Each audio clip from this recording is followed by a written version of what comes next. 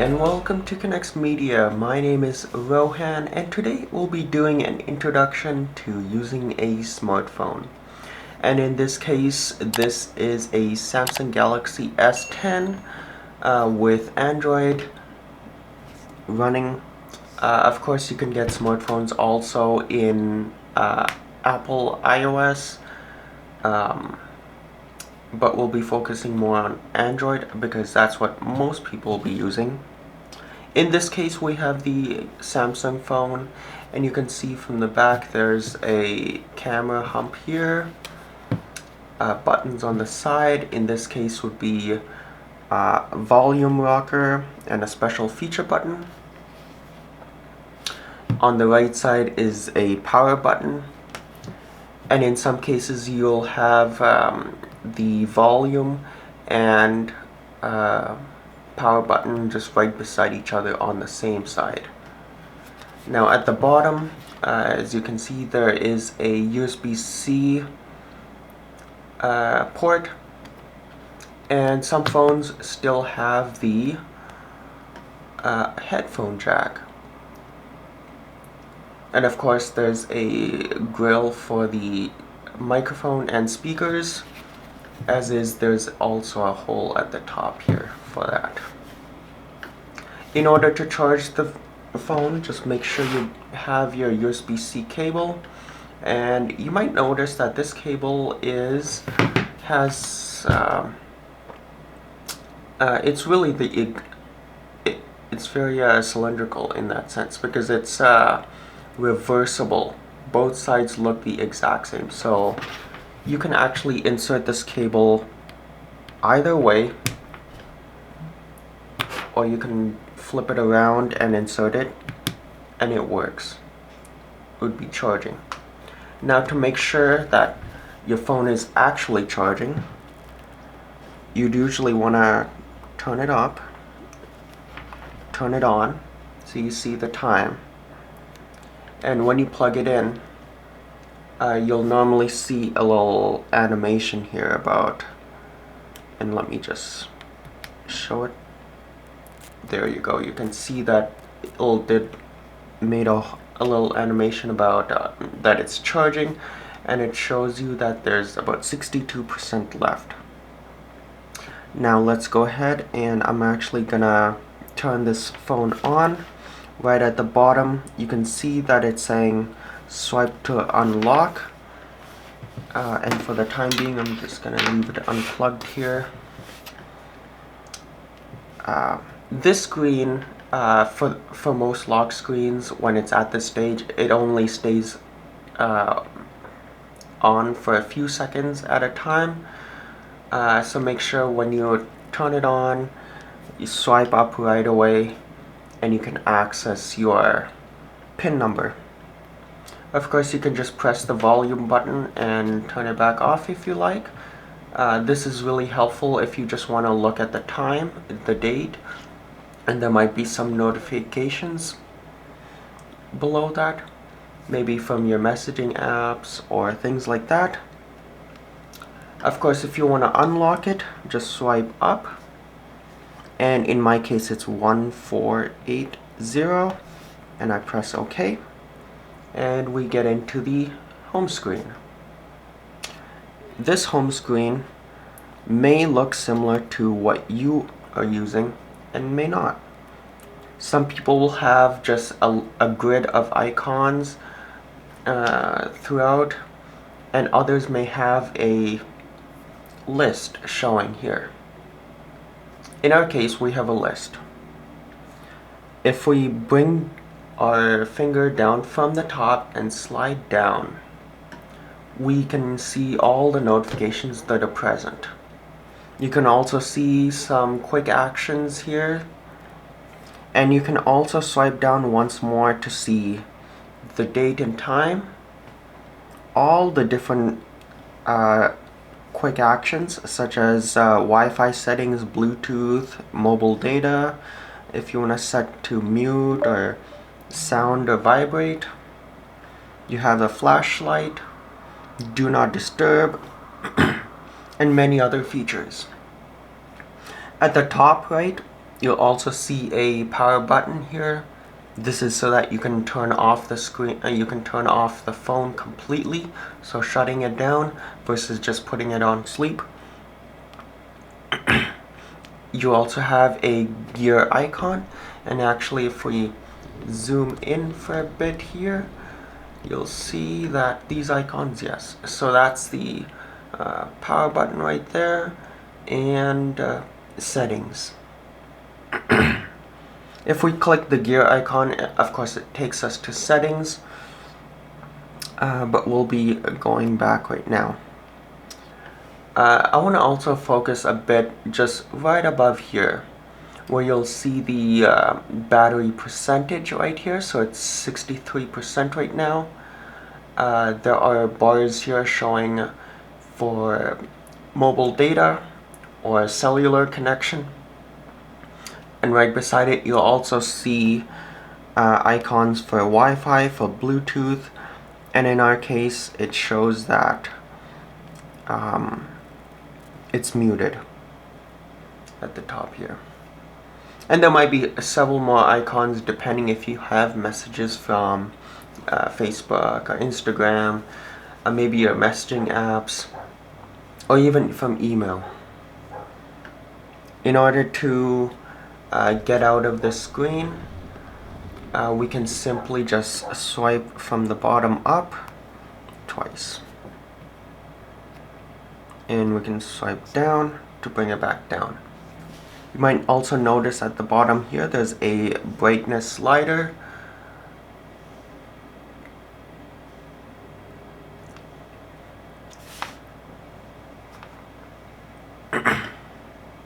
And right now we don't have any notifications, but that's usually where we'll see it. So in our home screen here, we can see that there is a widget right at the top here that shows your weather forecast. And since we're in Windsor, it's sunny and 18 degrees right now. On the right side it shows your time, your date, and the battery percentage. Of course this widget is clickable, so if you click on the left side it'll take you to the weather app. And just let that load for a bit, and there you go, it shows you the weather app. If we click on the right side, it'll take you to your calendars. Of course here, this is a list of all the favorite apps that you have. Some of these apps may be different from what you're seeing. If you want to get into the app, just click on it once. It's just a light tap on it, and you can open the app. Now, in order to get out of this app, you can press the home button, which is right in the center. The left side is going back, and the 3 lines is to open task view. One example of using the back button is, let's say I clicked on somewhere the other part of this app, and I want to go back. Now this app may not show it correctly,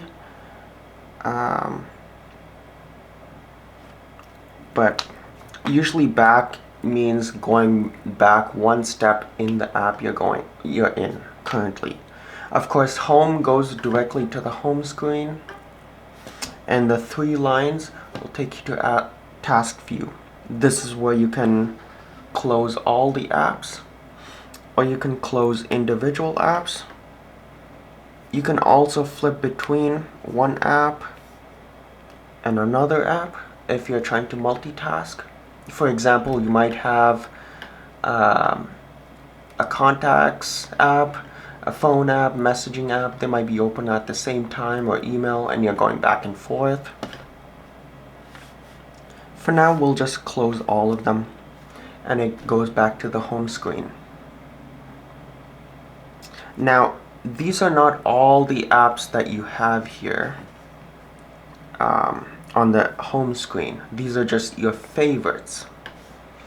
If you want to get to the apps that are the all apps list, on the right side there's a alphabetical list, A to Z. Just start clicking, just press and hold down and slide up and down, and you can scroll to all the list. Now once you're in this list, you can of course just scroll up and down as you like to find the app that you want to open. Let's say we're opening the Photos app, and right now I'll just leave it as that. But this, you can see the app, you can use it, and of course once you're done you can go to the home screen. Once you're done using that app and you don't want to open it again, you can go back into task view, so the 3 lines, and swipe up to close. Or if you want, you can just click the close all button to clear memory and to ensure you have a prolonged battery life. These apps usually use a tiny bit of battery while they're running in the background, and if you're not using it, it's best to close them. You might also notice that when we were in task view, so the 3 lines, there's a search button at the top, and you can search for whatever apps you want. So let's say we want Messenger, and you can see that right here, right now what we are seeing is the search we made and then the results, but then this keyboard is actually blocking our view. We're not able to see the entire search results. And you may notice that this button now is showing a downwards arrow. What this allows you to do is click that and the keyboard hides. And now you can see the entire search result. If you want to bring up the keyboard once more, just click on the search area and the keyboard pops up again. And just showing you that down. Let me just zoom in so that you can actually see what's happening down there. So I click on the search box, the keyboard comes up, and this changes to a downward arrow. We can type on this keyboard, or if we want to hide the keyboard and we want to view the entire screen, click the bottom arrow and it disappears. Of course, because we are finished with this screen, if we found the app we're looking for, or maybe we're totally done, we want to go back to home, just click the home button. Just lightly press the button if you want to turn off the screen. Just one press. And the next time you want to turn it on, just one single tap. And then swipe up. We type in our PIN number and we press OK. Now some phones will have a fingerprint reader. This fingerprint reader could be on the side, could also be on the back, but based on whatever finger you have registered, all you would need to do is press the power button. If it's on the power button, just press it and it should log you in. In the off case it doesn't let you log in, or it says fingerprint not found or fingerprint not recognized, you can just simply turn on the power button and then swipe up, and we can type in our PIN number and get into our phone very easily. Sometimes the fingerprint is fingerprint reader, they're not very accurate, and sometimes they cause more problems than they should. Sometimes it can be a convenient way to access the phone easily, and other times just entering a PIN is a lot faster. Now I'm going to go back here and turn it on. I'm going to log back in. Going back to the home screen here, and actually going to walk you through a few of the apps that you should know about using. First one would be a calculator. The icon might look a bit different, but it'll usually say calculator. When we open it, we'll be presented with what looks like a normal calculator. We can do some calculations here. 45 times 98. So you can see what we typed is shown at the top, and the result is at the bottom. We can clear it just like a regular calculator. And you can also see the history.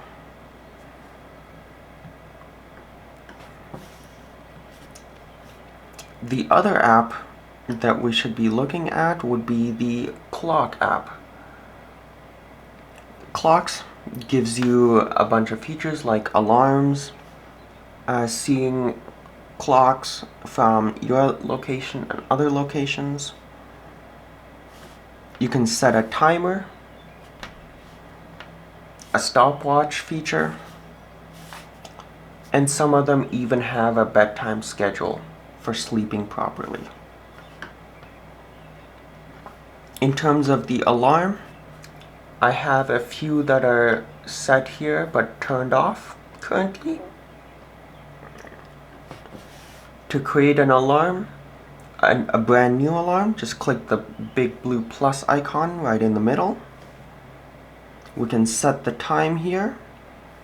So you can click these ones if you'd like. So let's say we're gonna set it for 5, and then that side we'll set it to 5:30. Once you're done, you just click the OK button, and then this alarm is actually turned on automatically. It's set for running once. You can see it'll ring at 5:30 p.m. today.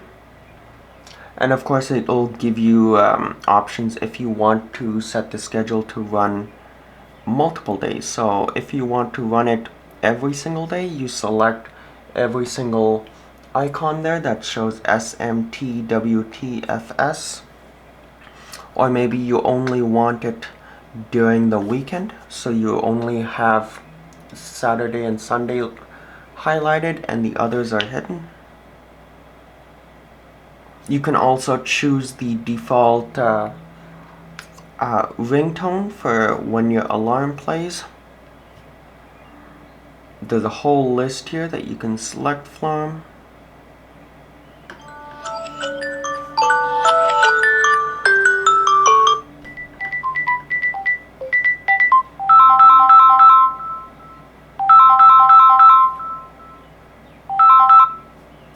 And you can also choose to have it vibrate, and from here you can also delete the alarm if you don't need it anymore.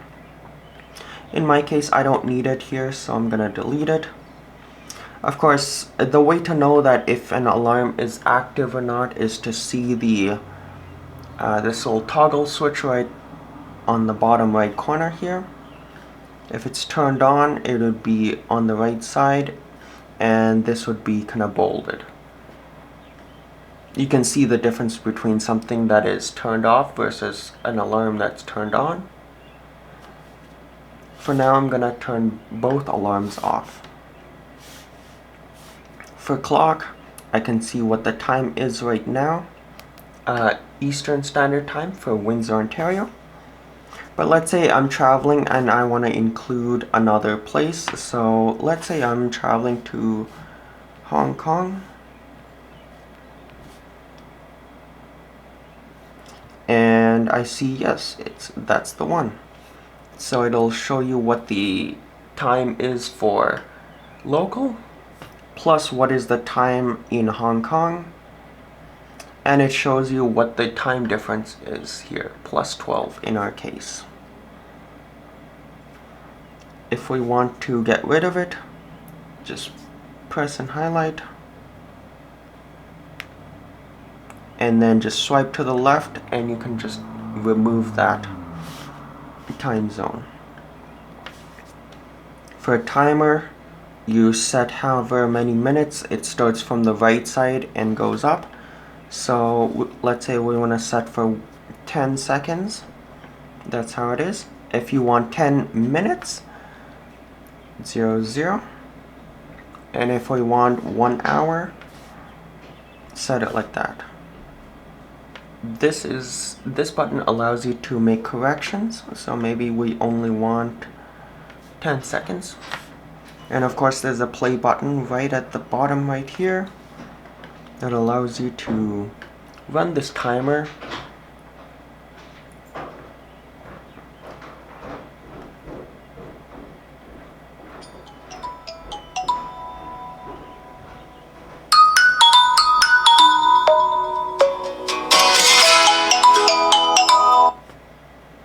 And you can stop it. Of course, stopwatch feature, press the play button. And while the stopwatch feature is running, you can see however many seconds and milliseconds are running here. There's a pause button for the top stopwatch, a lap timer, and you can see all the different laps that are showing. And if you pause it, you can also reset the entire stopwatch to 0 and start all over. The other app that we're going to look at as well, and just bear with me for a bit here, is the camera app.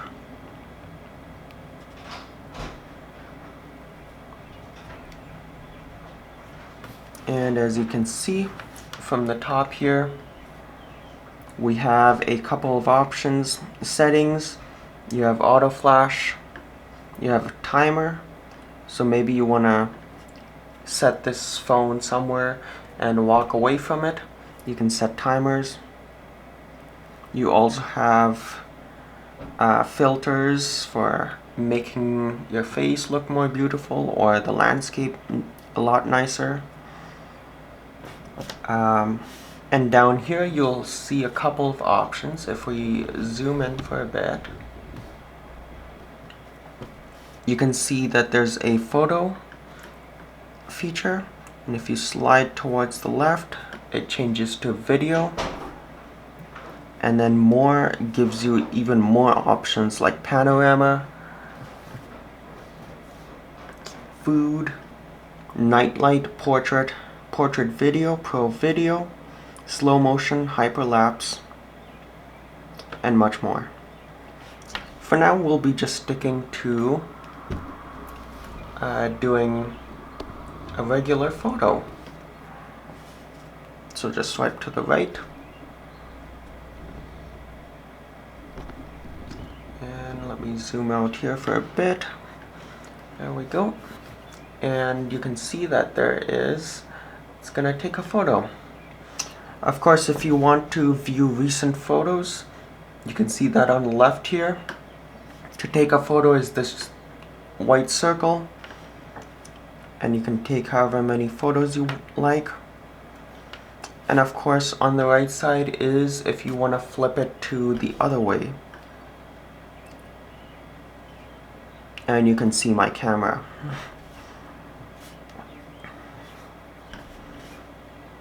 To get out of the camera app, of course, you can just press the home screen or the 3 lines, and we can get to task view and we can close these apps.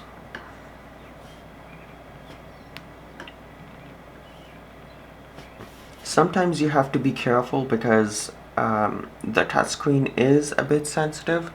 So as you can see, sometimes I was running my hand or slightly touching it and it just starts sliding up and down from the list here. So yeah, and there's a whole bunch of apps that you can actually access. Let's see, what other app you'd want to use. Of course, Firefox and Edge or Chrome, they're all going to work as intended. The gallery button, or the gallery feature, is all your available apps.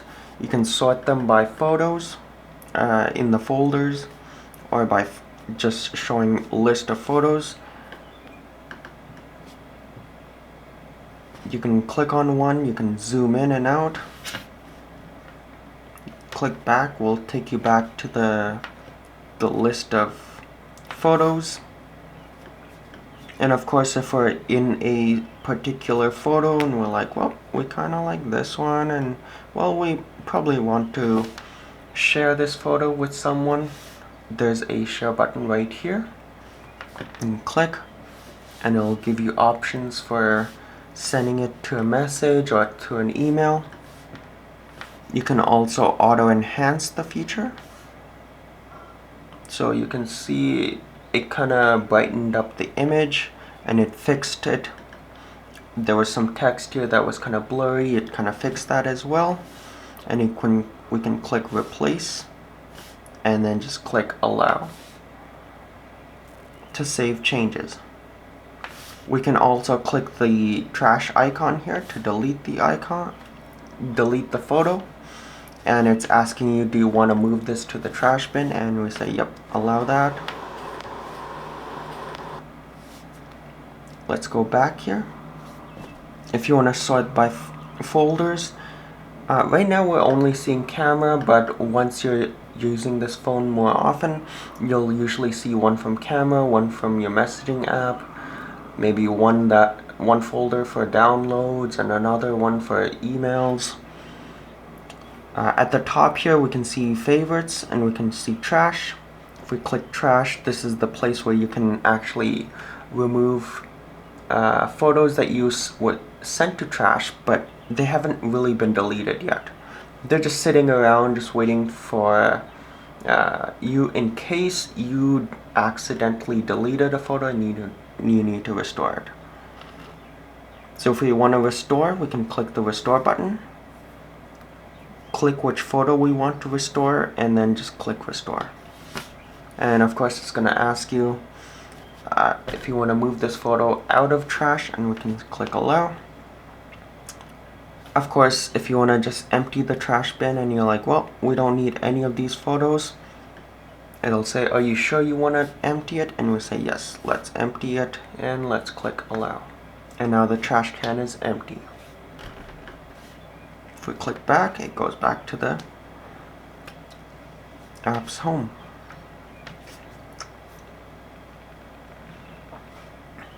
Another app that is kind of useful, and I'm just gonna scroll up for a bit here, would be, of course, the phone app. It looks like a regular phone dialer, could be green or blue colored. But let's click on that, and you can see a search right at the top. If you're gonna search your contacts and places, there's a microphone if you want to use your voice instead of typing on a keyboard. You can see all the list of recent calls, outgoing and inbound calls. You can see who your favorites are on the left side and who the contacts are on the right side.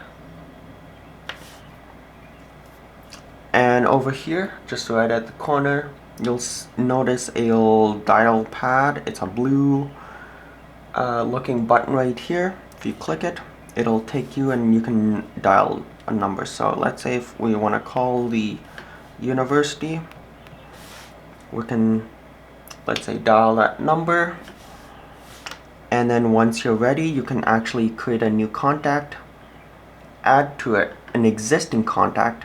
You can send them a text message, or you want to call them, is just calling directly right here, this green button. Of course, once you click dial, it starts, it's calling, it'll tell you the place where it's dialed to, in this case the University of Windsor, how much time you're talking. Currently it's counting up from 10 seconds here. There's also a red button down here for ending the call. There's a keypad button in case certain phone calls you take or you're dialing, let's say your bank, and they say, well, type in your PIN number or type in your 16-digit number, and you can use this dial pad here to actually dial that number. You can also use the mute button here to mute yourself.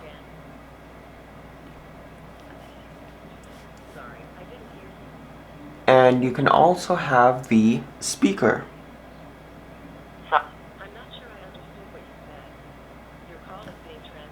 You can also see more. In this case will be a hold feature, and you can add a call.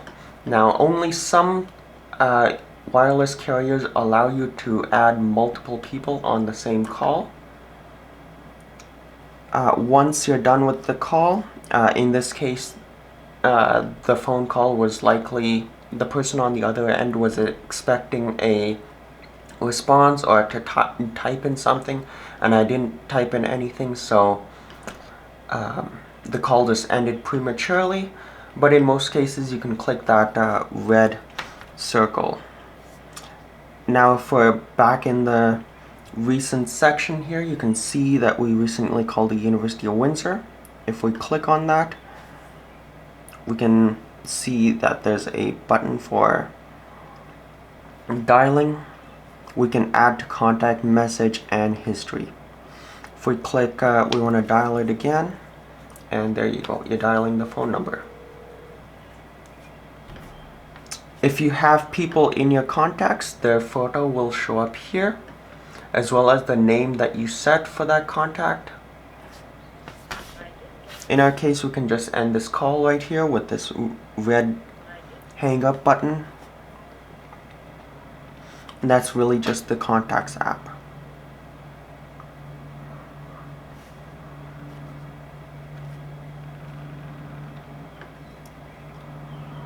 And just before we go, just want to show you the settings. You can access it through the All Apps list right here. You can also, if you scrolled from the swipe from the upward to downward motion to get to this quick action center, the gear icon on that area will also take you to the same place,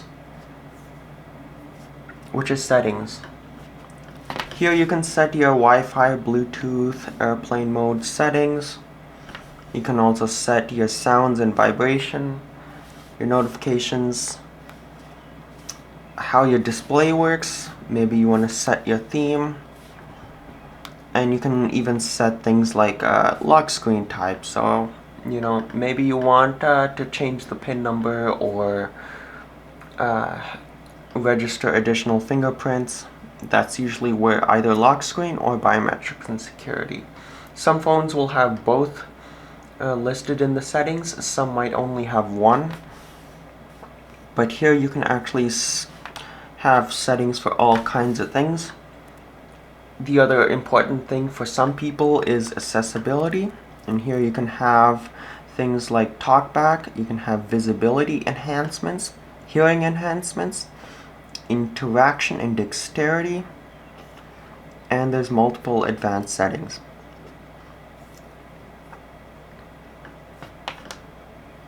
Of course, here is also a place where you see where software updates happen for your phone, and for the most part this is usually done automatically behind the scenes, but in some cases you might have to manually go into the settings and see if there's a software update available. In our case, everything is up to date. The last place that I'd want to tell you about is the Play Store. That's usually where you can download apps and games from for your phone. So let's scroll down, to Play Store here. Let's click on this little triangle button. It says Play Store. Click it, and it gets you into your the Play Store, which is where you can get apps, you can get games, and ebooks. Now to search for an app, you can just click on the top here. You can type for the app with your keyboard, or you can use voice by using this button at the top. There's a microphone button right at the top corner here, but your keyboard also has a microphone button. Both will do the exact same thing. For example, I'm going to use it and say Outlook. Outlook.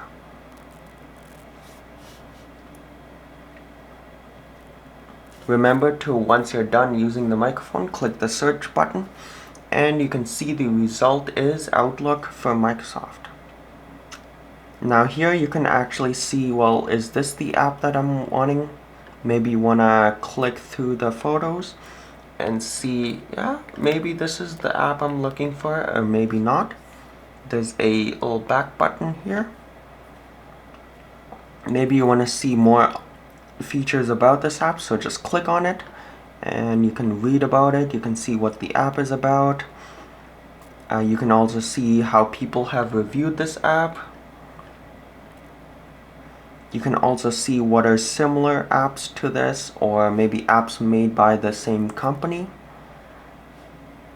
And if you're ready to download the app and you're like, yes, this is the one, then you can just click the green button here that says install and just let it do its thing. It'll take a few seconds and it'll count up to 100% and it'll actually install the app. And let's just give that a few seconds to go.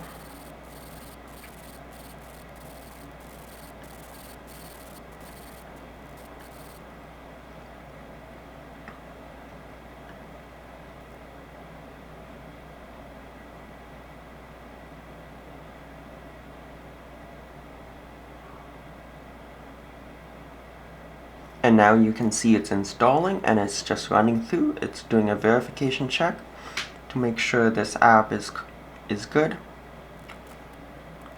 And now you can see that the button has changed to uninstall and open. You can of course open the app directly from here if you want to save some time. But an even better way, and for just for practice, I'm gonna go back to the home screen, and then I'm gonna swipe up here and say, well, it was Outlook, so that was under O, and there you go, Outlook is open right here. Now if I click it, the app opens up and I can actually start using the app. In this case, it's asking us to add an account because this is for email. I don't have any accounts to add, so I'm gonna just go back to home and exit out of that. And remember that once you're done using the app, task view, and you can close. And let's close all these. So yeah, that should be a quick look into how to use a smartphone, especially for Android. If you have any questions, feel free to list them down in the comment section. And I know this video was a long time and we did cover through it a lot, so if you want to go back and rewatch it, feel free to do that. And until next time, love your life.